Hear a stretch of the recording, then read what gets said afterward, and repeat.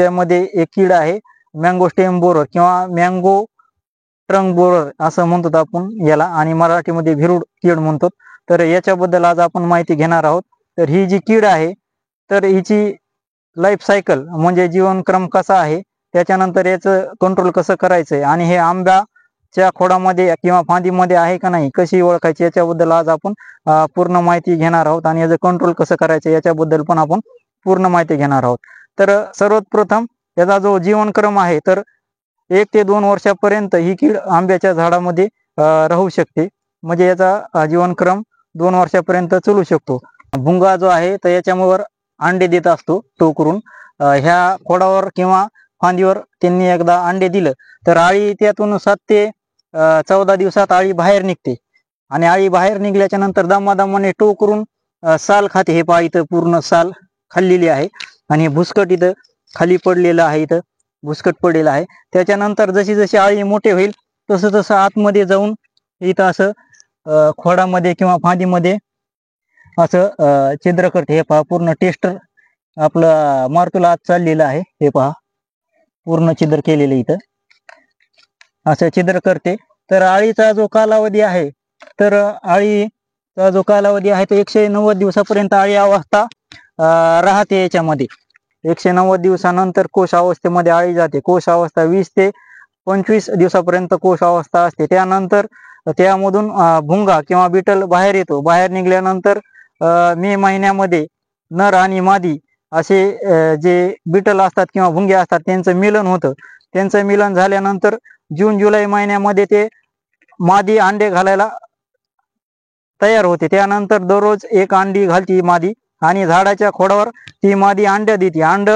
त्यानंतर अंड 7 ते 15 दिवसा किंवा 14 दिवसामध्ये उगवल्यानंतर अंड्यामधून आळी बाहेर पडते. आळी बाहेर पडल्यानंतर आळी सालेमधून खोडामध्ये प्रवेश करते आणि जशी जशी आळी मोठे होईल तसं तसं ती खोड आणि साल पोखरत असते. अशा प्रकारे आपलं भरपूर नुकसान याच्यामध्ये होत असतं. याच्यामध्ये आपल्याला जवळपास आपले जे पानं जे असतात तर पिवळे पडायला चालू होते. तर जसं जसं झाडामध्ये आळीचं प्रमाण जास्त वाढतंय आणि त्याच्यानंतर पानं पिवळे पडून झाड वाळून जातं आणि त्याच्यानंतर झाडाचं भरपूर नुकसान होत असतं.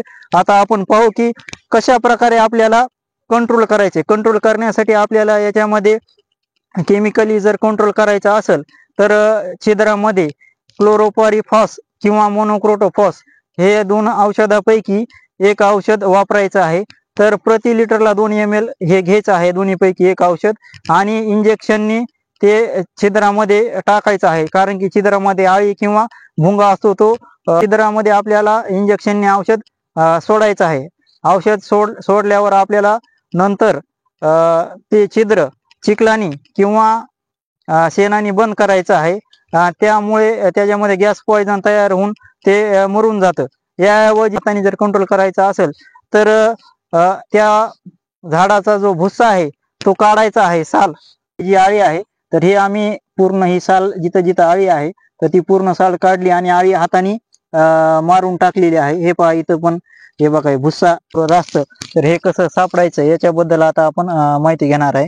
इथं असं भुसकट पडलेलं असतं पहा, त्याने टोकरलेलं असतंय असं भुसकट पडलेलं असतंय. आता हे टोकरून यातून आपल्याला ते सापडायची आळी कुठं आहे. आता इथं आपल्याला मँगो स्टेम बोररची आळी म्हणजे ग्रप सापडलेलं आहे. हे पहा इथं सहजासहजी सापडत नाही. 4 सेंटीमीटर ची आळी असते, व्हाईट कलर असतं इथं. हे पहा आता पडल ही आळी आता आपण काढली. पहा तर मँगो स्टेम बोररची आळी आता आपण काढलेली. खोडामध्ये आळी आहे. हे 15 वर्षाच्या 20 वर्षाच्या झाडाच्या मध्ये भरपूर अशी आळी दिसते.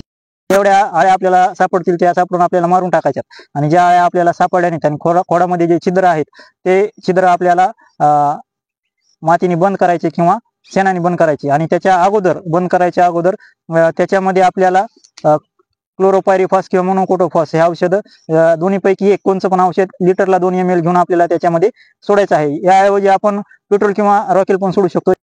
क्लोरोपायरिफॉस घेतलेला आहे हे पहा इंजेक्शन मध्ये. 1.5 ml 2 ml क्लोरोपायरिफॉस आपण घेतलेले. आता हे आपण या बाटलीमध्ये टाकणार आहोत. हे बघा कसा पाण्याचा कलर याच्यामुळे चेंज होतोय.